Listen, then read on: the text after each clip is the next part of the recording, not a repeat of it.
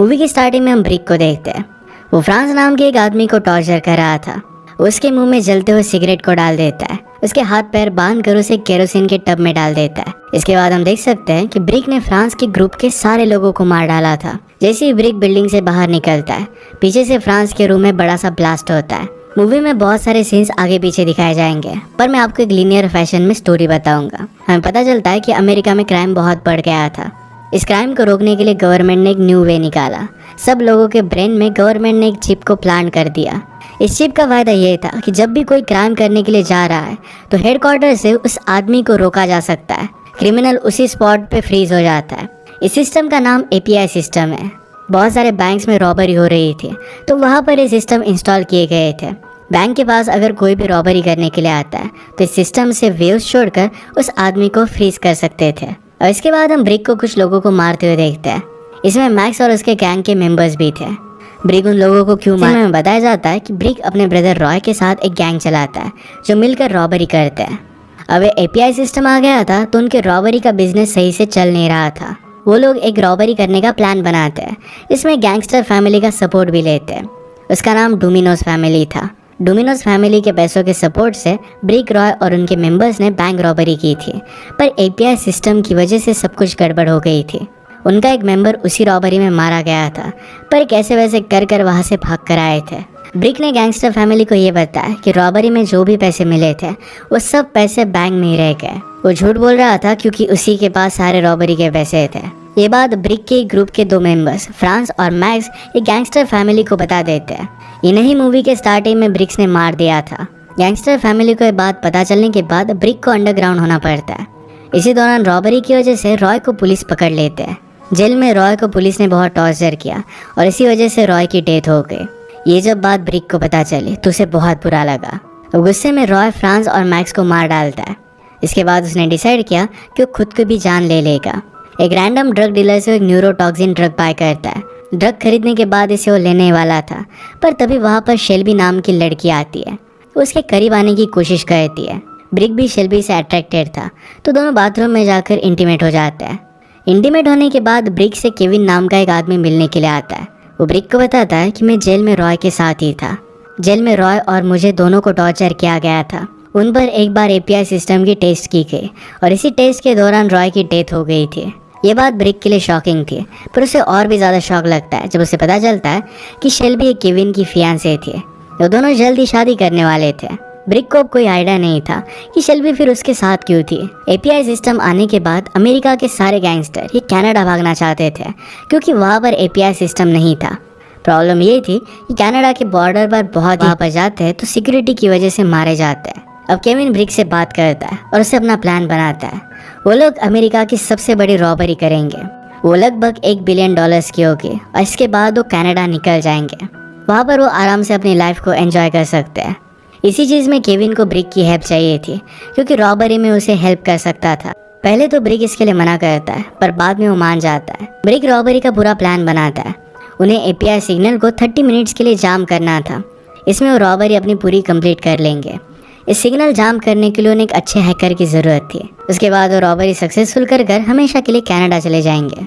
Brick जब ये plan बना रहा था तभी उसे पता चलता है कि केविन एक्चुअली में कोई रैंडम आदमी नहीं है। वो एक्चुअल में डोमिनो गैंगस्टर फैमिली, जिसके लिए ब्रिक पहले काम करता था, उसी के लीडर का बेटा है। ब्रिक को लगता है कि केविन उससे पैसे वापस लेने के लिए आया है। वो फिर जाकर उससे इस बारे में बात करता है।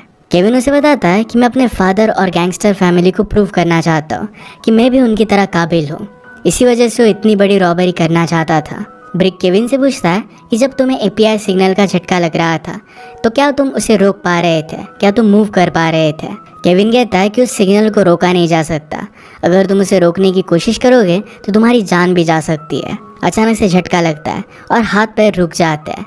ब्रिक ने भी इस चीज़ को एक्सपीरियंस किया था, पर उस वक्त API इनिशियल फेज में था और इसी वजह से वो भाग गया था। न्यू API सिस्टम इंप्लीमेंट होने के लिए कुछ समय था, पॉसिबल हो जाएगा। नेक्स्ट सीन में पता चलता है कि शेल्बी एक बहुत ही स्किल्ड हैकर थे। वो FBI, रॉ इस टाइप की एजेंसी के लिए हैक कर चुकी थी। उन्हें अब किसी हैकर को ढूंढने की ज़रूरत नहीं थी। शेल्बी ये काम कर सकती थी। नेक्स्ट सीन हम देखते हैं कि ब्रिक और शेल्बी अपना अफेयर कंटिन्यू करते हैं। एक दूसरे के साथ वो टाइम स्पेंड कर रहे थे। ब्रिक अपने फ्रेंड रॉस को भी इस रॉबरी में ज्वाइन करवा लेता है क्योंकि पहले भी उसके साथ काम कर चुका था। इसके बाद वो एक बैंक के मैनेजर के पास जाते हैं जिससे वो कांटेक्ट में थे। उससे वो कहते हैं कि हम $35 मिलियन डिपॉजिट करना चाहते हैं। जिस दिन वो डिपॉजिट करेंगे उसकी वो डेट कंफर्म करते हैं। अब शेल्बी ब्रिक को फेक नोट प्रिंट करने के लिए मदद करती है। वो दोनों मिलकर $35 मिलियन के फेक नोट्स बनाते हैं। और इसके बाद हमें पता चलता है कि शेल्बी एक एजेंट है जो उसी सिटी के FBI की एजेंसी के लिए काम करती है। वो ब्रिक के पास इस रॉबरी के बारे में इंफॉर्मेशन निकालने के लिए आई हुई थी। ब्रिक ने ऑलरेडी बहुत बड़ी रॉबरीज की थी और ऑफिसर्स को शक था कि शायद वो फिर से करेगा। शेल्बी को ये सब करना पड़ रहा था क्योंकि ऑफिसर्स ने उसकी सिस्टर को किडनैप करके रखा था। अगर शेल्बी उनकी बात नहीं माननी पड़ रही थी, पर यह सब बात ब्रिक को पता चल जाती है। शेल्बी का सच उसे पता चल गया। नेक्स्ट सीन में ब्रिक केविन के साथ उसके फादर से मिलने के लिए जाता है। हमें पता चलता है कि केविन को कुछ समय पहले एक ग्रुप ने मारने की कोशिश की थी जिसे उसके फादर ने ये भेजा था। उनकी फैमिली हर कोई इंटरनली एक दूसरे को हिट करता था। इस बात को जानने के बाद केविन बच गया है। उसके फादर उसे शूट करने की कोशिश करते हैं। शूट करने के बाद केविन सिर्फ इंजर्ड होता है पर अपने फादर को एक्स से मार डालता है। और इसके बाद फादर की सारी सिक्योरिटी ब्रिक और केविन पर अटैक करने के लिए मेन रूम में आ जाते हैं। पर तभी वहाँ पर केविन और ब्रिक एक सीक्रेट डोर से वहाँ से बाहर निकल जाते हैं। निकलते वक्त सेल्फ डिफेंस में केविन अपनी सिस्टर को भी शूट कर देता है। यहाँ से बचने के बाद ब्रिक सीधा शेल्बी के पास आता है। उसे बताता है कि मुझे तुम्हारे बारे में सब कुछ पता चल चुका है। शेल्बी कहती कि मुझे ये सब मजबूरी में करना पड़ रहा है, इसी वजह से मुझे उनकी बात माननी पड़ रही है। तभी वहाँ पर ब्रिक के ऊपर गैंगस्टर फैमिली के कुछ मेंबर्स अटैक कर देते हैं। उनका पीछा करते हुए वहाँ तक वो पहुँच गए थे। वो ब्रिक से केविन का लोकेशन पूछने के लिए उसे टॉर्चर करने लगते हैं। शेल्बी उनसे कहती है कि मैं केविन की फियांसी हूँ। तो लोग ये जानने के बाद शेल्बी को ही अपने साथ लेकर जाते हैं ताकि केविन उनके पास वापस आ जाए। यहाँ हम देख सकते हैं कि मूवी के स्टार्टिंग में हमने ब्रिक को फ्रांस को मारते हुए देखा था।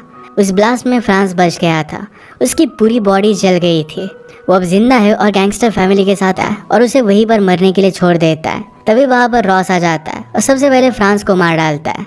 उसने ब्रिक को वैन से निकालकर उसकी जान बचा ली। अब यहाँ से सीधा ब्रिक शेल्बी को बचाने के लिए जाता है। गैंगस्टर फैमिली के बहुत सारे मेंबर्स ने उस पर अटैक किया पर ब्रिक सबको मार डालता है। ये जब फाइट चल रही थी तो शेल्बी को वहाँ से वो लोग लेकर जाते हैं। हम शेल्बी को देखते हैं जिसके शरीर में फोर्सफुली उन लोगों ने ड्रग इंजेक्ट किया था। उसे असॉल्ट करने की कोशिश करने वाले थे।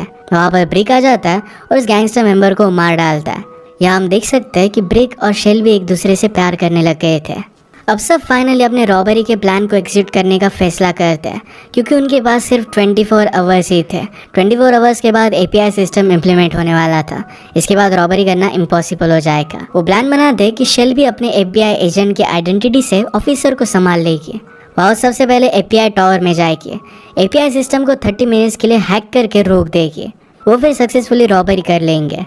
दूसरी तरफ ब्रिक और केविन का प्लान था कि वो दोनों बैंक को लूटने का काम करेंगे। सबसे पहले वो फेक नोट डिपॉजिट करने के बहाने से बैंक में जाएंगे। एक बार वो अंदर आ गए तो अपनी टीम की मदद से वो पूरा बैंक लूट पाएंगे। अब रॉबरी का फाइनल डे आता है।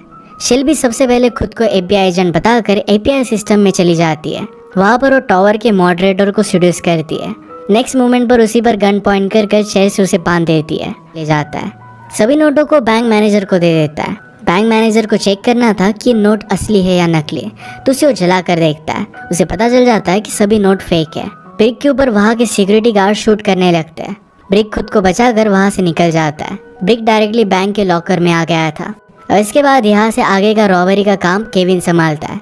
सबसे पहले केविन अपने साथ लाया हुआ डायनामाइट को लॉकर पर प्लांट करता है। अगले ही सेकंड में वहाँ पर ब्लास्ट हो जाता है।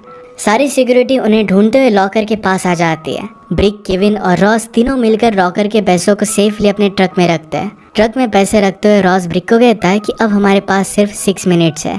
30 मिनट्स के लिए API सिस्टम हैक हुआ था, उसमें से अब सिर्फ 6 मिनट्स बाकी थे। ब्रिक को अब जल्दी काम फिनिश करना पड़ेगा। ये जब सब काम चल रहा था तो API सिस्टम के ऑफिसर्स सिस्टम को वापस से रिस्टार्ट कर देते हैं। सिग्नल स्टेबल होने की वजह से सिग्नल पूरे टावर में फैल जाता है। इसके बाद ब्रिक और रॉस अपनी जगह से हिल भी नहीं पाते। उनके सर में बहुत ज़्यादा दर्द होने लगता है। यहाँ हैरानी की बात यह थी कि केविन इस API सिस्टम में भी बड़े आराम से मूव कर पा रहा था। ऐसा लग रहा था कि इसका उस पर कोई भी इफेक्ट नहीं हो रहा। केविन फिर रॉस को शूट कर देता है। ब्रिक ने उसे पूछा कि तुम ऐसा कर क्यों रहे हो। केविन तभी रॉस को शूट कर मार डालता है। ब्रिक बहुत ही कन्फ्यूज हो गया था कि केविन उन्हें धोखा क्यों दे रहा है। केविन ब्रिक को बताता है कि रॉय की जान पुलिस ऑफिसर्स ने नहीं तो मैंने ली थी। एक्चुअल में जेल में रॉय और केविन के बीच में फाइट करवाई गई थी। एपीआई सिस्टम के अंदर 2 ह्यूमंस कैसे परफॉर्म करते हैं ये ऑफिसर्स को देखना था। उसी वजह से उनकी फाइट हुई थी। इस फाइट में रॉय केविन पर भारी पड़ रहा था। वो केविन को मारने ही वाला था, तभी एपीआई की रॉय पर बहुत ही ज़्यादा असर हो रहा था। इसी वजह से वो खुद को कंट्रोल नहीं कर पाता। केविन ने फिर रॉय को मार डाला था। केविन को पता था कि ब्रिक ही रॉय का ब्रदर है। अगर ये सब बात उसे पता होती तो ब्रिक उसका कभी भी साथ नहीं देता। वो कहता है कि मैंने तुम्हें बताया कि पुलिस ने ये सब किया था ताकि तुम उनके खिलाफ रिवेंज ले सको, इस रॉबरी को तुम अच्छे से कर सको। वो बातों बातों में उसे ये भी बताता है कि एपीआई सिस्टम से कैसे बचा जा सकता है। ये सब सुनते हुए ब्रिक केविन को मारने के लिए गन उठाता है। केविन ही ब्रिक को शूट करता है। ब्रिक की कंडीशन बहुत ही खराब हो गई थी। केविन ब्रिक को मारने वाला था, तभी ब्रिक हंसने लग गया। केविन इस बात से कंफ्यूज हो जाता है। तभी पीछे से एपीआई एजेंट आ गए थे और वो केविन को मार डालते हैं। वो ब्रिक के पास आए और कहते हैं कि हम तुम्हें नहीं मारेंगे क्योंकि ऑलरेडी तुम्हें 2 गोलियां लग चुकी है। वो ब्रिक को वैसे ही तड़पता छोड़कर वहां से जाने वाले थे। जाते जाते एक एजेंट ब्रिक से कहता है कि मैं शेल्बी का अच्छे से ख्याल रखूंगा। ब्रिक इस बात से बहुत ज़्यादा गुस्सा हो जाता है। अपने पॉकेट में रखा हुआ पॉइजनस ड्रग की टैबलेट्स वो ले लेता है। ये टैबलेट्स लेने की वजह से अब वो मूव कर पा रहा था। उन दोनों एजेंट्स को वहीं पर वो शूट कर देता है। दूसरी तरफ हम शेल्बी को देखते हैं जिसे एक पुलिस ऑफिसर ने पकड़ लिया था। वो उसे पूछ रहा था कि इस रॉबरी में तुम्हारा रोल क्या है। वो पुलिस ऑफिसर उसकी हेल्प करना चाहता था पर शेल्बी उसकी बात नहीं मानती। वो ऑफिसर को ट्रिक कर कर उस पर ही अटैक कर देती है। उस ऑफिसर और शेल्बी में दोनों में झगड़ा होने लग गया। वो टेबल पर गिर जाता है और वहाँ पर एक पॉइंटिंग ग्लास था, उसी से टकरा कर उसकी डेथ हो जाती है। वो फिर इस टॉवर से निकलने लग गए। सारे ऑफिसर उस पर गन लगाते हैं। दूसरी तरफ हम ब्रिक को देखते हैं जो पैसों से भरा हुआ ट्रक को लेकर बैंक के पास आ रहा था। वो डायरेक्टली ट्रक सारे ऑफिसर्स पर चढ़ा देता है। वो शेल्बी को बचाकर वहाँ से लेकर जाता है। उन दोनों ने रॉबरी कंप्लीट कर ली थी। उन्होंने एक दूसरे को किस किया। वो एक दूसरे को अपना प्यार कन्फेस करते हैं। अब ब्रिक कनाडा जाने का डिसाइड करता है। सीधे कनाडा के बॉर्डर के पास वो ट्रक लेकर जाकर उसे रोकता ही नहीं। चेक पोस्ट पर बहुत सारे ऑफिसर्स थे पर उन सब से वो बच जाता है। उनके ट्रक पर बहुत सारी फायरिंग हुई थी। हालत बहुत ख़राब थी पर फिर भी वो नहीं रुकता। कनाडा पहुंचकर शेल्बी बहुत खुश थी। वो ब्रिक को आई लव यू कहती है। उसने रियलाइज़ किया कि ब्रिक को गोली लगने की वजह से उसकी डेथ हो गई है। उसने थोड़े टाइम के लिए ज़िंदा रहने के लिए टॉक्सिक ड्रग भी लिया था, वहीं पर उसकी डेथ हो गई थी। शेल्बी बहुत रोती है और उसे आई लव यू कहती है। इसके बाद वो पैसे लेकर वहाँ से चली गई।